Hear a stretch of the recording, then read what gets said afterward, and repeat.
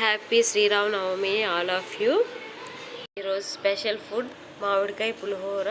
వీడియోలోకి వెళ్ళిపోద్దాం, స్కిప్ చేయకుండా చూడండి. ఆన్ చేసుకొని కడాయి పెట్టుకొని 2 టేబుల్ స్పూన్ నెయ్యి వేసుకోవాలి. వేసుకున్నాక వేరుశనగ గుళ్ళు వేసుకొని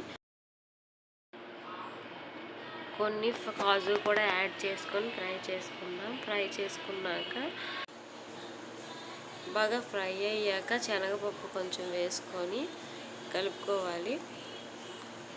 కొంచెం వేగాక మినపగుళ్ళు అందులో వేసుకోవాలి. బాగా రోస్ట్ అయ్యాక సైడ్ ఒక కప్లోకి తీసుకొని పెట్టుకోవాలి. మళ్ళీ ఆ కడాయిలో ఉన్న 2 టేబుల్ స్పూన్ ఆయిల్ పోసి జీలకర్ర ఆవాలు వేసుకొని చిటపట్లు ఆడాక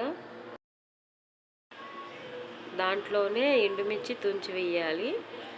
తుంచి వేసాక పచ్చిమిర్చి నిలువుగా కట్ చేసుకొని ఫ్రై చేసుకోవాలి. ఫ్రై బాగా అయ్యాక కరివేపాకు ఆకులు కొంచెం వేసుకొని ఫ్రై చేసుకోవాలి. పోపు ఫ్రై అయ్యాక 3 మీడియం సైజు మామిడికాయలు తీసుకొని తురుము పెట్టుకున్నాను. దాంట్లో మిక్స్ చేసుకుంటున్నాను.